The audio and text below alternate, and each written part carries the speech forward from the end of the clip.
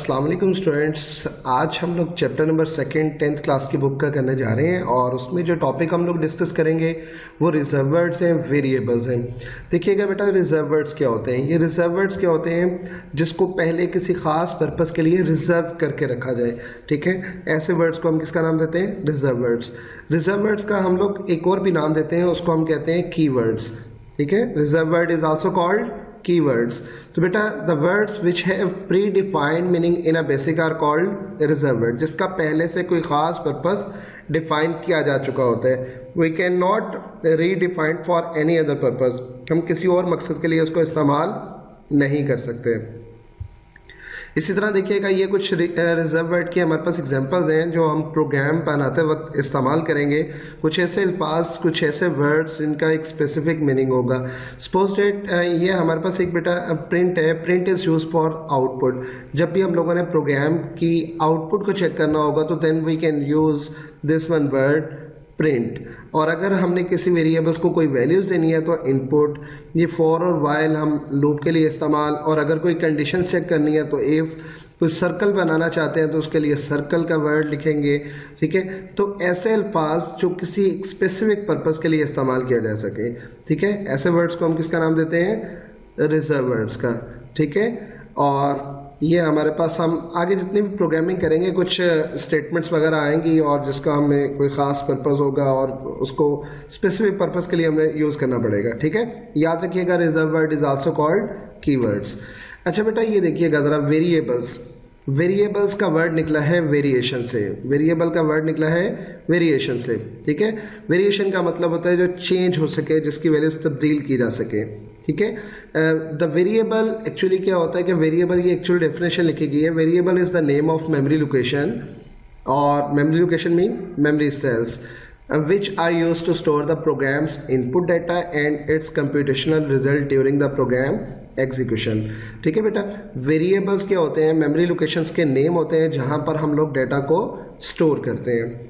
ठीक है, जहां पर हम लोग क्या करते हैं? डेटा को स्टोर करते हैं। वो इसीलिए वेरिएबल्स का नेम मतलब मेमोरी लोकेशंस का नेम दिया जाता है कि बाद में अगर हम लोगों ने उसको रिट्रीव करना होगा, इट्स मीन कि अगर डेटा को वापस लेना है तो हम डेटा से कॉल नहीं करेंगे, हम उसको उसके नेम से कॉल करेंगे। सपोज डेट कि आप लोगों के टेस्ट के अंदर कुछ मार्क्स आए हैं। ठीक है, तो हम लोग अगर आपको कॉल करेंगे तो आपको मार्क्स को बोलते हुए नहीं कॉल करेंगे, हम लोग आपके नेम से कॉल करेंगे। ठीक है, आपकी जो आइडेंटिफिकेशन है विद योर नेम है, not with your marks. Got it?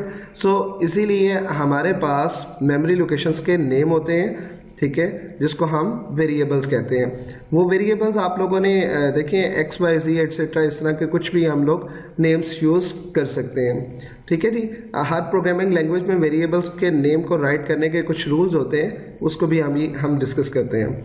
The values of the variable में change during the program execution. देखिएगा बेटा, यहाँ पर x की वैल्यूज 20 है। It's mean x is the name of variable, यानी कि इस बॉक्स का नेम क्या है? x है, और जो इसके अंदर डेटा पड़ा हुआ है वो हमारे पास क्या है? वो 20 है। 20 जो है वो हमारे पास कांस्टेंट कहलाता है, और जो x है जो इसका नेम है वो क्या है? वेरिएबल्स है। ठीक है, वेरिएबल्स जो चीज़ चेंज हो सके। आपकी एज है वो भी क्या है? वेरिएबल। टाइम है वो चेंज होता रहता है, यानी कि वेरिएशन आती रहती है, that is also called variable. ठीक है, तो जब मैंने अगर टाइम पूछा आपसे तो आपने मुझे बताया कि सर 12 o'clock हो चुके हैं, तो कुछ देर बाद के पूछूंगा तो आप बता देंगे सर 12:30 हो गए। तो इट्स मीन टाइम ही पूछा था, टाइम की वैल्यूज ही आपने मुझे बताई, बट चेंज हो गई। ठीक है, तो कंप्यूटेशनल रिजल्ट मीन कि अगर ये देखिएगा x की वैल्यूज क्या है? 20 है। y की वैल्यूज क्या होगी फिर? 20 + 5 कितना हो जाएगी? y की वैल्यूज 25। तो ये कंप्यूट करके उसको वैल्यूज असाइन की गई, तो इसलिए वो कह रहे थे कि ये हमारे पास कंप्यूटेशनल रिजल्ट्स को भी स्टोर करके रखते हैं। अच्छा बेटा, ये देखिएगा, वेरिएबल्स नेम को राइट करने के कुछ रूल्स हैं। ठीक है, वन बाय वन हम लोग डिस्कस करते हैं, वेरी इंपॉर्टेंट है अकॉर्डिंग टू योर एग्जाम। पहला रूल GW बेसिक के according to, in a GW basic a variable name can not be more than 40 characters. ये 40 कैरेक्टर्स से ज़्यादा नहीं होना चाहिए। आप जो भी नेम राइट करें वो मैक्सिमम उसकी लेंथ कितनी होनी चाहिए? 40 कैरेक्टर्स। अब यहाँ पर आप देखिएगा 1 2 3 4 5 6 ये 6 मैंने कैरेक्टर्स लिखे, इट्स मीन वैलिड है, कोई प्रॉब्लम नहीं है। 3 लेटर्स लिखे, कोई प्रॉब्लम नहीं है, these are the valid variable name, ठीक है। लेकिन इसमें देखिएगा मैंने इसमें एक 40 कैरेक्टर से अबव राइट किए, तो ये हमारे पास क्या है, इनवैलिड है। ये कैसे पता चल रहा है 40 कैरेक्टर से अबव है? ये देखिएगा A to Z 26 लेटर्स हो गए, और T तक जो सा मैंने लिखा वो 20 लेटर्स हो गए तो 26 प्लस 20 46। तो इट्स मीन कि ये मेमोरी लोकेशंस में मतलब कि इसका नेम हम लोग राइट नहीं कर सकते, इस मेमोरी लोकेशन को ये वाला नेम नहीं दिया जा सकता। It's mean it is a invalid variable name. तो याद रखिएगा फर्स्ट रूल हमने क्या पढ़ा कि in GW basic variable name can not be more than 40 characters.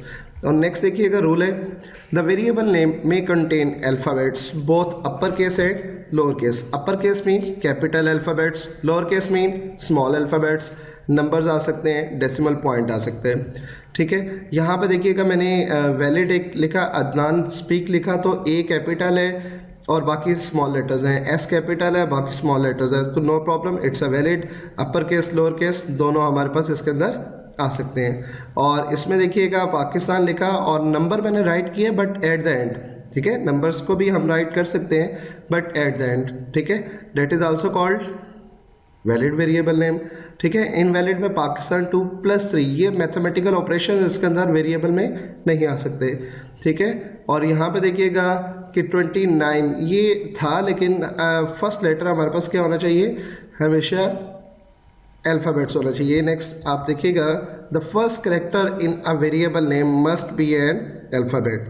याद रखिएगा फर्स्ट कैरेक्टर जो सा वेरिएबल नेम का वो must be an alphabet, alphabet से स्टार्ट होने। लास्ट में आप लोग लिख सकते हैं नंबर, जैसे मैंने यहाँ पर 29 राइट किया तो लास्ट में लिखा जा सकता है, लेकिन स्टार्टिंग हम लोग नहीं कर सकते। जैसे 92 से कर रहा हूँ या अंडरस्कोर से कर रहा हूँ, तो बेटा ये इनवैलिड है। The first character must be an alphabets, ठीक है। और नेक्स्ट रूल देखिएगा, रिजर्व वर्ड। अभी हम लोगों ने रिजर्व वर्ड पढ़े थे ना, the words which have predefined meaning in a programming language are called reserve word. Even हम लोगों ने ये देखा था कि reserve word can not be redefined for any other purpose. तो इट्स मीन आप वेरिएबल की तो वैल्यूज चेंज हो जाती है, तो आप यहाँ पर रिजर्व वर्ड का यूज नहीं कर सकते।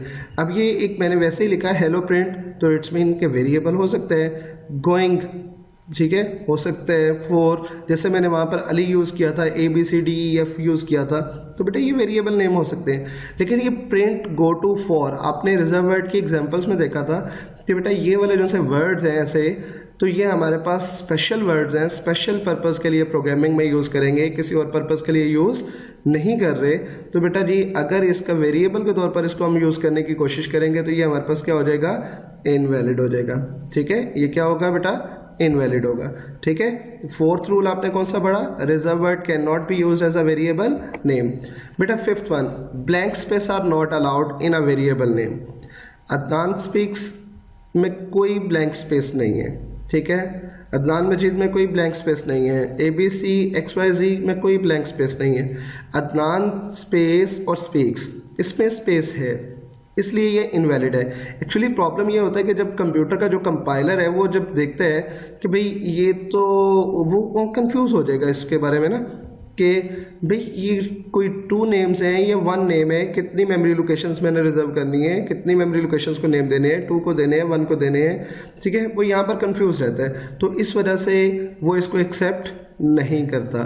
अगर करेगा तो वो इसके 2 मेमोरी लोकेशंस बना देगा।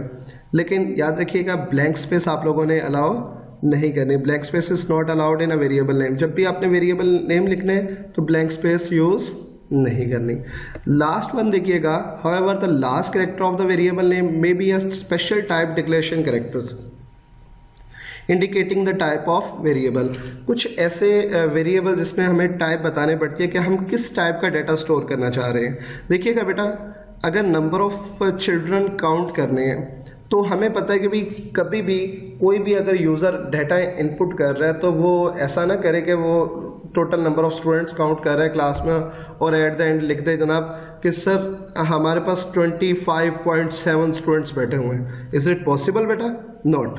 तो अगर हम लोगों ने कुछ इस तरह की रिस्ट्रिक्शन लगानी है कि इस तरह की पॉइंट्स में इस तरह की मिस्टेक ना हो, तो फिर हम लोग उसके साथ लास्ट करेक्टर जो सा राइट करते हैं ना, जैसा कि ये परसेंटेज का साइन मैंने लगाया हुआ है, ठीक है, it is use for integer type data. ये without fractional without decimal points ये डाटा को स्टोर करेगा। तो बेटा ऐसे ही जो सा लास्ट करेक्टर होता है ये स्पेसिफिक टाइप को डिस्प्ले किया जा रहा होता है। जैसा कि ये एक्स के साथ डॉलर साइन लगाया है, it is use for store the string variables, string values, ठीक है। तो ये वेरिएबल्स का नेम में लास्ट करेक्टर को स्पेशल करेक्टर हो सकता है, ठीक है जी।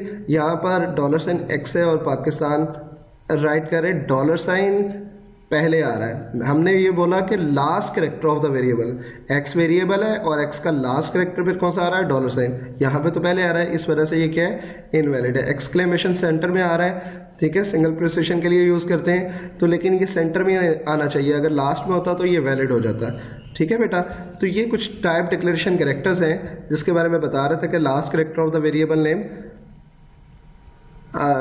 Will be the special character हो सकता है।